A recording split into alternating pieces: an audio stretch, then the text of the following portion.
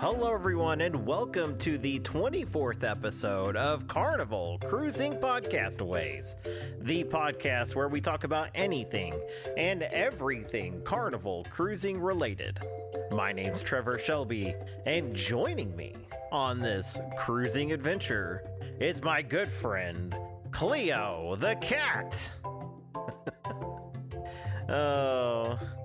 I've been planning that intro for a minute now because I just got notice. It was really sad. Mr. Kennedy's birthday was actually yesterday, so happy 34th birthday to Mr. Kennedy. Everybody, clap for Mr. Kennedy, please. But I did receive a notice just not 5 minutes ago that Mr. Kennedy is not doing well. You see, last night he was at an epic party for his birthday. He was just having a wonderful time. They're doing that song, that shot, and he was taking shots as they were saying shots, and that's how the song, that's how you're supposed to do it. That's the dance. So he was doing all these shots, having a great time, and I don't know, something happened. And now, for whatever reason, he is not feeling well. So, Mr. Kennedy, my deepest condolences to you and your after-birthday glow. I hope that you are feeling better soon. Today, we're not going to let that stop us. We're not going to let anything stop us today, because this week is my cruising week. We are going on a cruise, yeah. So the Shelbys are going on a cruise. It's going to be fantastic. We leave Friday and we get on the beautiful Carnival Breeze on Sunday. So I probably, for the first time ever, I will probably do a short live on my YouTube channel. So if you want to go check that out, jump over, subscribe. Mr. Kennedy is not here to stop me, okay, guys? Jump over, subscribe to Pier Runners, Pier Runners over on YouTube. You can just go to youtube.com/Pier Runners. I'll probably do a live on Saturday. I'm going to be exhausted, and I'm going to tell you why here in a little bit, but I have a lot of plans for this cruise. So if you don't already know, if you haven't heard me do all the super level of bragging already, I've got a lot planned for this cruise, because you see, I'm going on the Carnival Breeze for 5 days. I get off the Breeze, I spend 2 days at Galveston, and then I jump right on the Carnival Dream for a total of 8 days. And if you add those both together, that gives me 13 beautiful days at sea. Thank you guys very much. I know how to cruise. So, I'm so excited about this. It's been a while since I've been able to do something like this. I think the last time we did this was like 2018, 2019, and we did pretty much the same thing. It's such a beautiful itinerary. First, on the Carnival Breeze, we're going to be stopping in Progreso and Cozumel. Then we're going to spend 2 fabulous days. Like I said, we're going to spend 2 fabulous days in Galveston. And just as a heads up for next week, I'm going to be doing the show live from Galveston. How fantastic is that? I've got a beautiful hotel. It overlooks the ocean. I am so excited about this. I know this is an audio podcast, but just imagine me sitting there talking to you guys, and in the background here, whoosh, whoosh, whoosh. Because the sea is right behind me. Okay, maybe I won't be that close, okay?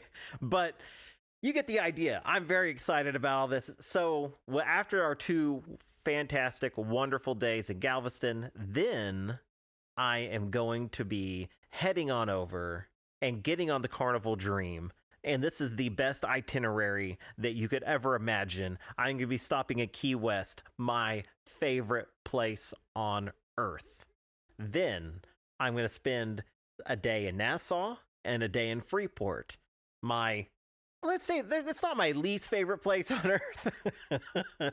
I love the Bahamas. Thank you. And I just haven't experienced the Bahamas like I think you should. And so I really wish that someone's gotta clue me in on what to do in the Bahamas. When we do that episode, we need to find somebody like Charlie that we had in a previous episode that can just walk us through all the things that we can do in the Bahamas, because I'm always at a standstill on what to actually do out there, except for Tony Macaroni's. If you don't know him, look him up on Facebook. Fantastic place, 5 stars. He cooked me a fabulous conch meal, and it was beautiful. The man is awesome. But then we're going to go spend the day at Half Moon Cay. So yeah, we have 4 stops on that cruise. It's going to be fantastic. I love Half Moon Cay. For what I can remember, it's a very fantastic spot. They do have a nature trail that kind of goes the length of the island, and I really want to do that this time, so I'm going to wear tennis shoes. But I will bring flip-flops, but I'm going to have tennis shoes as well so I can walk through that sand. It's the type of sand that you sink into, and so when you're walking, it kind of weighs you down a little. Not ideal when you're trying to do a hike through it. But yes, I am so very excited about these cruises. It's going to be so much fun. And just as another plug for my YouTube page, if I haven't convinced you already, I am going to be doing some vlogs and just having a good time doing a kind of a daily itinerary of the things that we're doing. And I'm the kind of person that likes to do things crazy. I like to do stupid things. And if some of you might already know this, but I had set a crazy challenge for myself when I went to Las Vegas a few months ago. We got kind of interrupted by illness issues and COVID and all kinds of stuff, but I am going to be trying a challenge on the 5-day cruise. And so we're going to see how it goes. And we're going to kind of talk about it today. Mr. Kennedy, I will tell you this right now. Mr. Kennedy is so against this.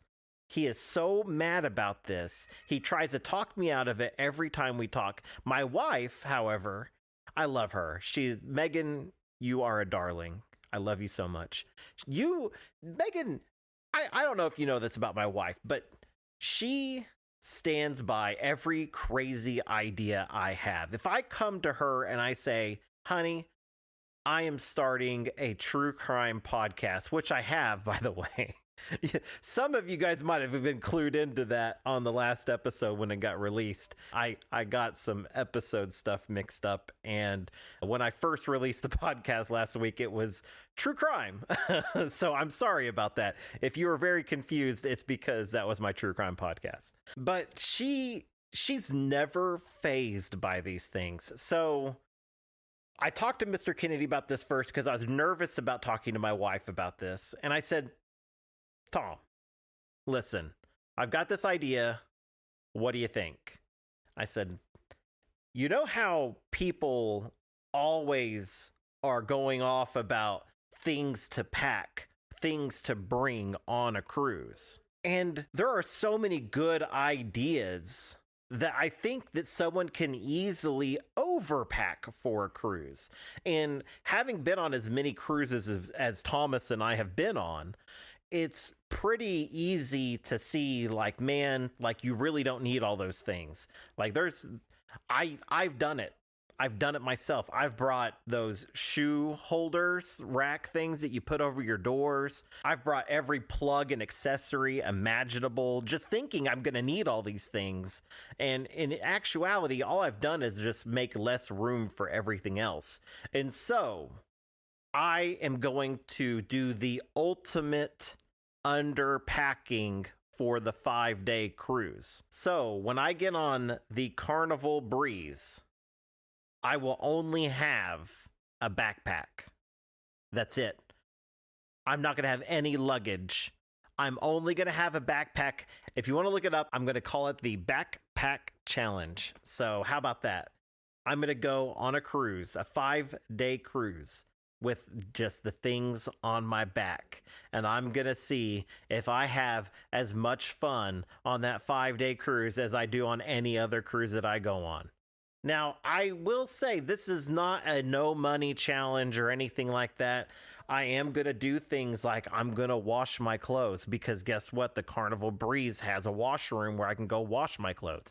This is my actual last time being gold, so I won't have access unless I want to pay out the wazoo for wash and fold services with my room steward.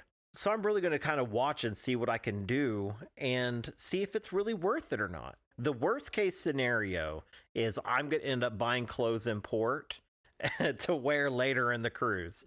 But I'm serious. I'm going to be filming things tonight. Expect it to be coming out soon. I'm going to detail and show you guys exactly what I'm packing in this backpack, how many clothes I'm bringing, what clothes I'm bringing. I'm going to have enough for nightwear, theme parties, shorts, underwear. I'm going to have enough for themed parties. And what I'm going to do is I've got these vacuum bags that you just press on them and it gets all the air out of them. And I'm just going to get all the air out of my clothes and then I'm going to pack them in my backpack. So I've done it before. This is not anything new to me. I did this going to Vegas. I spent 4 days in Las Vegas with everything that was on my backpack. But this time I'm going to extend it and see what we can do for this cruise. This is going to be amazing. And depending on how this goes is going to depend on what I do exactly for our 8-day cruise. So stay tuned for that one.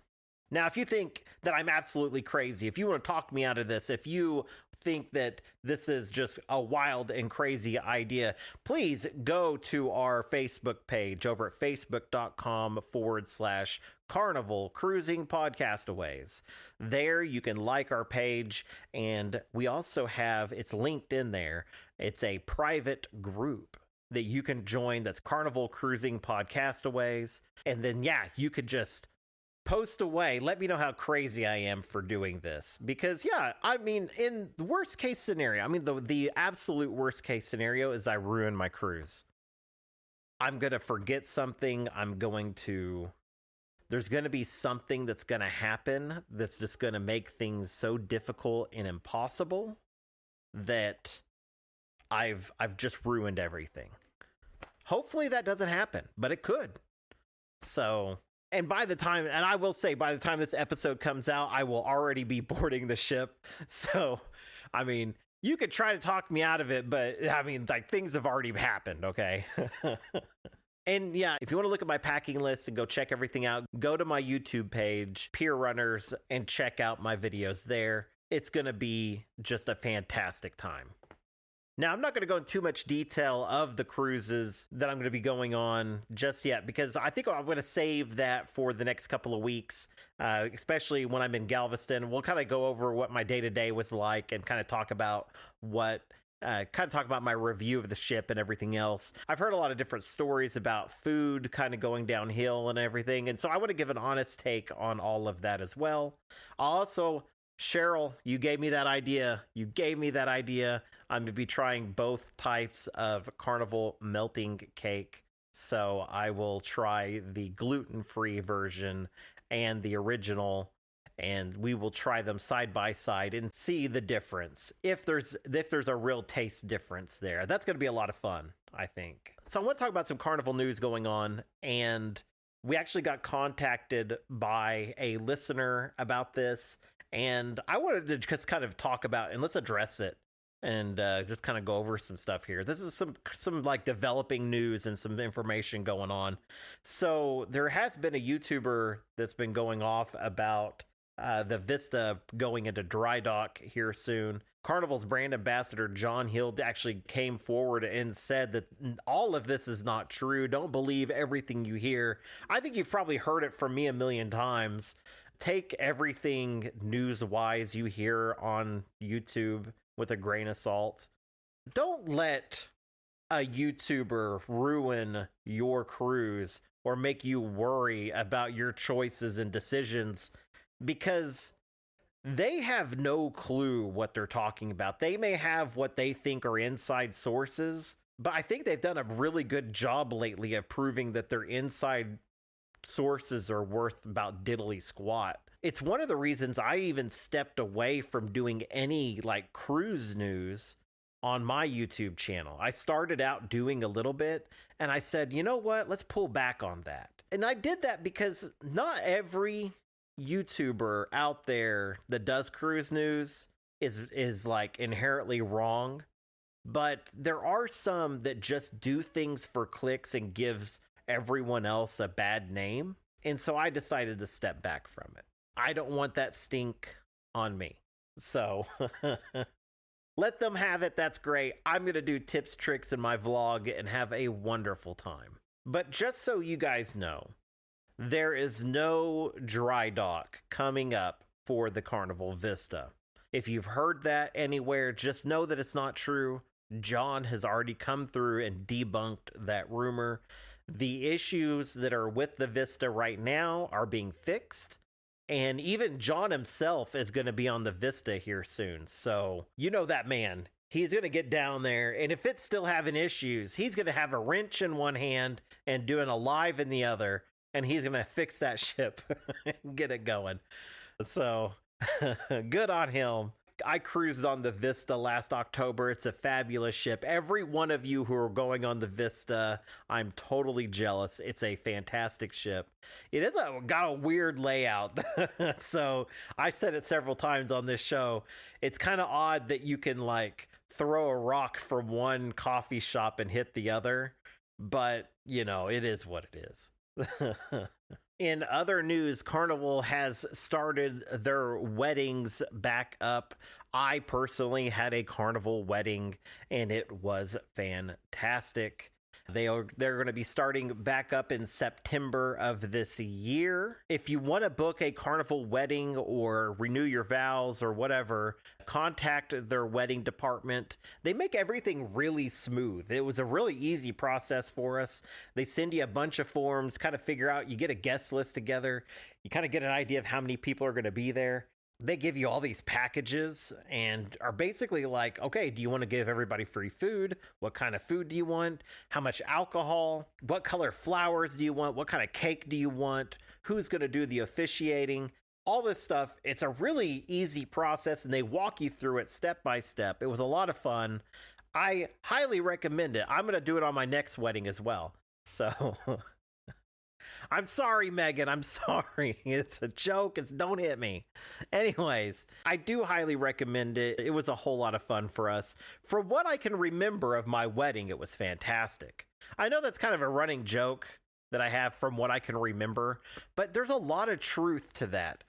Whenever I got married, I was in the cruise terminal. I was very nervous because, you know, when you're in the terminal building, like it's really stressful to get through TSA and just kind of get everyone through everything.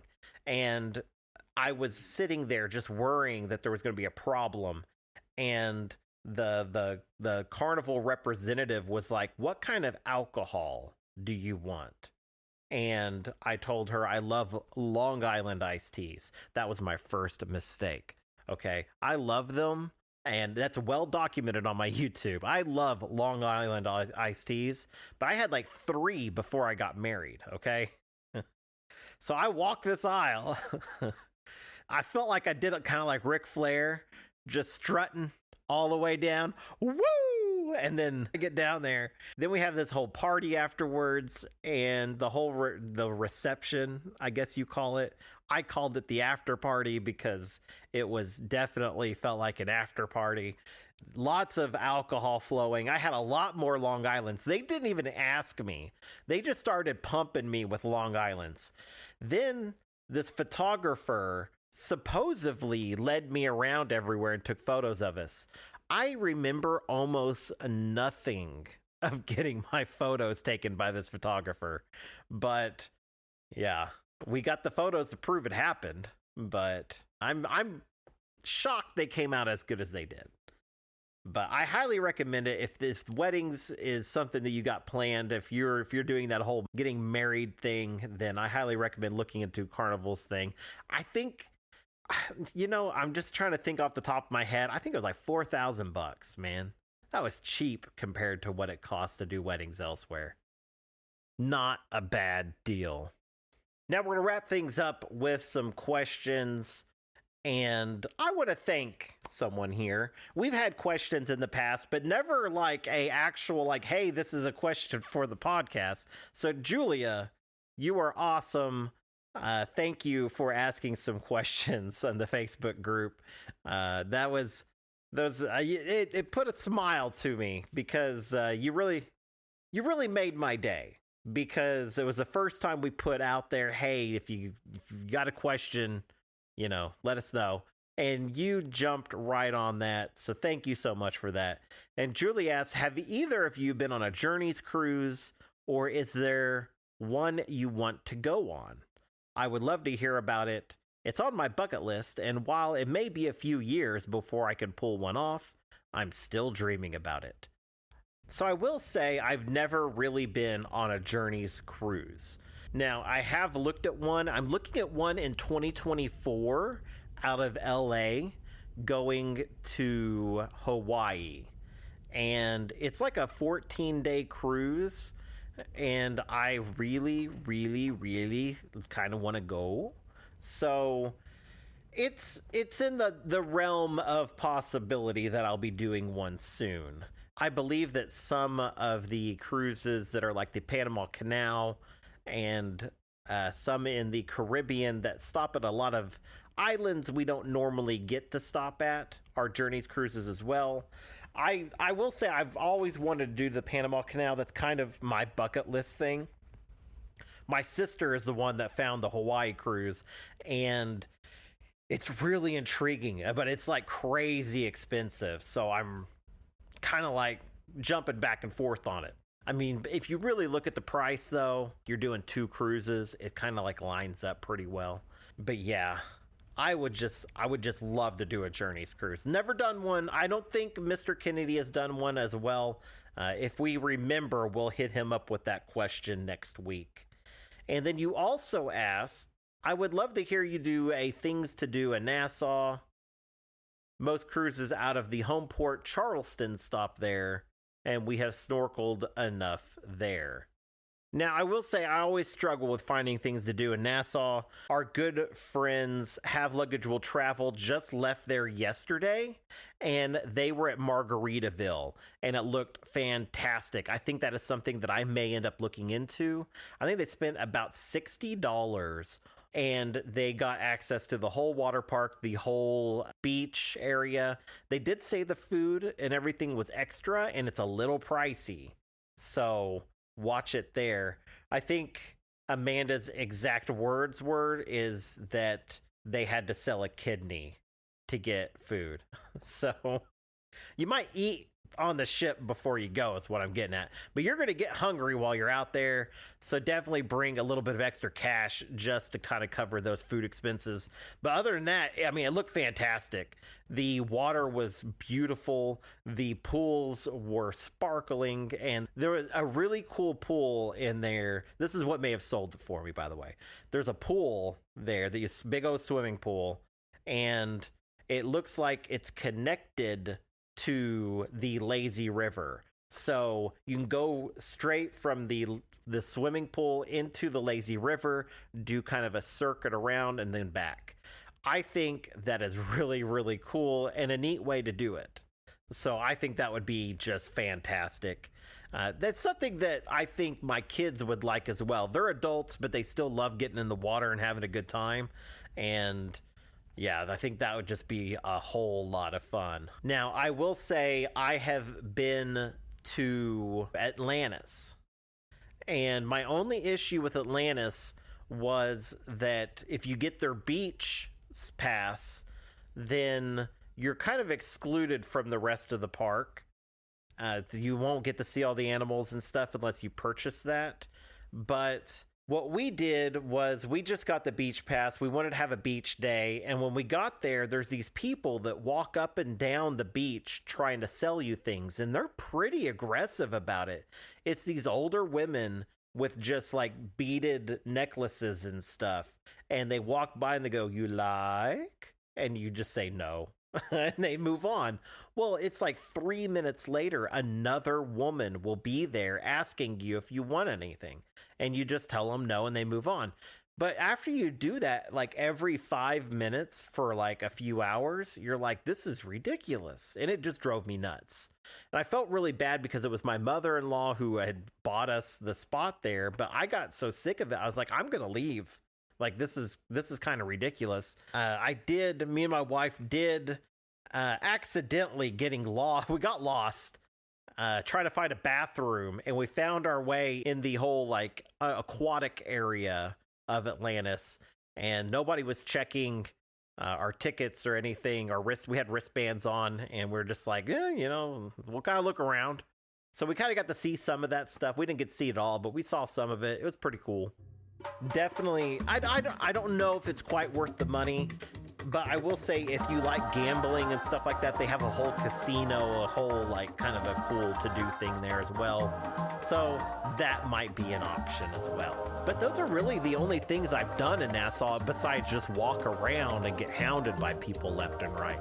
So maybe if you've done something that's been quite fun in Nassau besides snorkeling or just beach days, go to our Facebook group, Carnival Cruising Podcastaways group, and post what you've done there. That way we can kind of get some good ideas for future cruises as well. Anyways, guys, know that you matter, you are significant, and you are loved.